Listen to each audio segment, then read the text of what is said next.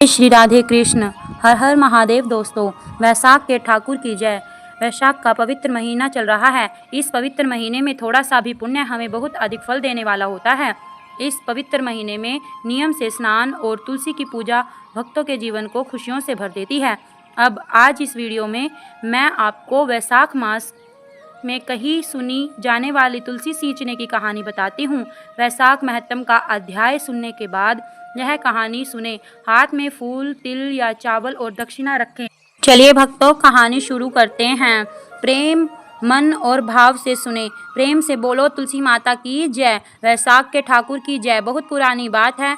एक गांव में एक परिवार रहता था। उस परिवार में माँ, बेटा, बहू थे। बहू बहुत सीधी थी और शांत स्वभाव की थी, और उसी के दूसरी तरफ सास बड़ी झगड़ालू और घमंडी थी।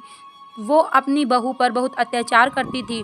उससे घर का सारा कामकाज करवाती थी और खाने के लिए एक सूखी रोटी देती थी। अब बहू के पति को तो इस सब बातों का कुछ भी नहीं पता था। वो सुबह होते ही खेत में काम करने चला जाता। बहू सास के कहे अनुसार घर के काम में लग जाती थी। एक दिन बहू ने देखा पड़ोसन नया मटका लाई है।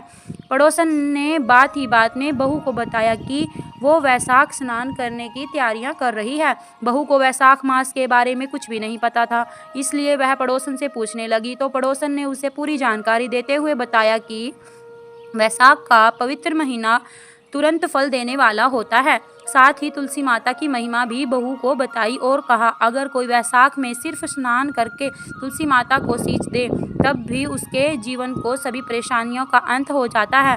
अब बहू अपनी सास के व्यवहार से बहुत दुखी थी, तो उसने सोचा हो सकता है तुलसी माता की पूजा पाठ से ही मेरे जीवन में सब कुछ ठीक हो जाए। अब यही सोचकर बहू ने अपने मन में तुलसी माता की पूजा और वैशाख स्नान करने का निर्णय ले लिया।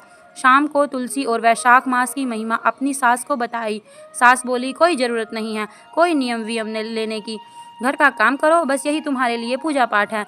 अब बहू क्या करती, चुपचाप हो गई। वैशाख शुरू हुआ। अब बहू ने क्या किया, वो बहुत जल्दी उठकर नदी पर स्नान करने चली जाती। वहीं एक घड़े में पानी भरती और तुलसी माता के पौधे को सींच देती।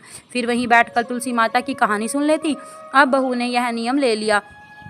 सास के जागने से पहले ही वापस घर आ जाती थी। अब ये रोज का सिलसिला था। किसी तरह 15 दिन बीते। एक दिन सास बहू सुबह जल्दी उठ गई। उसने देखा घर में बहू ही नहीं है। उसे कुछ गड़बड़ लगी। अगले दिन भी सास जल्दी उठ गई। उस दिन भी बहू घर पर नहीं थी। सास समझ गई जरूर यह वैशाख स्नान कर रही होगी और तुलसी सींच रही होगी। अब सास सोचने लगी, अगर मैं इसको मुंह से बोलूँगी तो घर में बेकार में लड़ाई झगड़ा होगा। अब उसने सोचा कि क्या करूँ, बहू का नित्य-नेम कैसे छुड़ाऊँ। अगले दिन सास ने उसका मटका बदल दिया। पक्के मटके की जगह कच्ची मिट्टी का मटका रख दिया। सुबह अंधेरे में ही बहू कच्ची मिट्टी का मटका लेकर नदी पर चली गई। बहू ने स्नान किया, फिर उसने मटके में जल भरने के लिए जैसे ही मटका नदी में डुबोया, मटका गल गया और सारी मिट्टी बह गई। अब बहू यह देखकर रोने लगी और तुलसी माता के पास जाकर रोने लगी और रोते रोते बोली, हे तुलसी माता, आज मेरा नियम टूट गया, मुझे क्षमा कर दीजिए।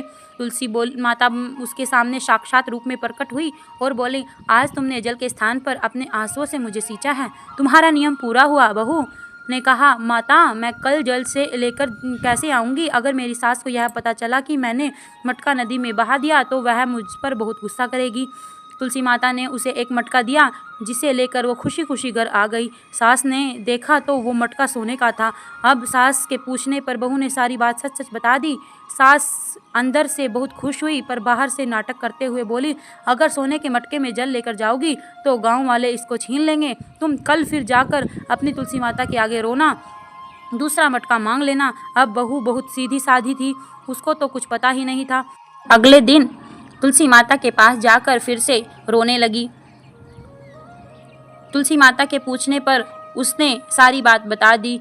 तब तुलसी माता ने उसे एक चांदी का मटका दिया। बहू चांदी का मटका लेकर खुशी खुशी घर आ गई, लेकिन उसकी सास ने उसको भी घर रख लिया और अपनी बहू से फिर से अगले दिन रोने को कहा। अब बहू सास के डर से कुछ बोली नहीं। फिर तुलसी माता के पास जाकर बैठ गई और फिर रोने लगी। तुलसी माता ने आकर सारा हाल पूछा तो उसने रोते रोते सारी बात बता दी। अब तुलसी माता ने कहा, तेरी सास का लालच कभी खत्म नहीं होगा, तू आज मिट्टी का मटका ले जा। यह कह के तुलसी माता ने उसे एक मिट्टी का मटका दे दिया। बहू जब घर आई तो उसकी सास बहुत गुस्सा होने लगी और कहने लगी, तुम्हारी तुलसी माता के पास क्या सिर्फ इतना ही धन था? जिसके पास कुछ भी नहीं उसे सींचने से क्या ही लाभ। अब यह कह के वो बहू को बहुत गुस्सा करके कहने लगी, लेकिन बहू ने सास की बात नहीं मानी और जो उसका नियम था तो वो जल्दी उठकर उसी तरह करने लगी। पूरे महीने सास ने छुपकर नदी पर स्नान करते और तुलसी माता को सींचती रही। महीना समाप्त होने पर था। एक दिन सास छुपाए हुए अपने दोनों मटकों को देखने लगी तो उसने देखा कि वो दोनों मटके कच्ची मिट्टी के बन गए। अब यह देखकर तो सास का गुस्सा 7वें आसमान पे पहुंच गया। वो बहू को बहुत बुरा भला कहने लगी। तभी साक्षात तुलसी माता उसके घर में प्रकट हुई और वो सास को बोलने लगी, तुमने लालच और घमंड में बहुत पाप किए हैं, इसलिए सिर्फ तुम्हारे छूने की वजह से वो मटके मिट्टी के बन गए। जैसा बोगी वैसा काटोगी। तुलसी माता के प्रताप और कृपा से सास की आंखें खुल गई। वो बहुत रोई और तुलसी माता से क्षमा मांगने लगी। तुलसी माता ने क्षमा कर दिया और खुश रहने का आशीर्वाद भी दिया। तुलसी माता की कृपा से तीनों घड़े खुद ही सोने के हो गए। अब सास बहू मिलकर हर रोज तुलसी माता का नित्य नियम करने लगी। तुलसी माता की कृपा से उनका घर अन्न धन से भर गया। हे तुलसी माता, अपने सभी भक्तों पर अपनी कृपा बनाए रखना। कहानी अधूरी हो तो पूरा करना, पूरी हो तो मान रखना। प्रेम से बोलो तुलसी माता की जय। वैशाख के ठाकुर की जय।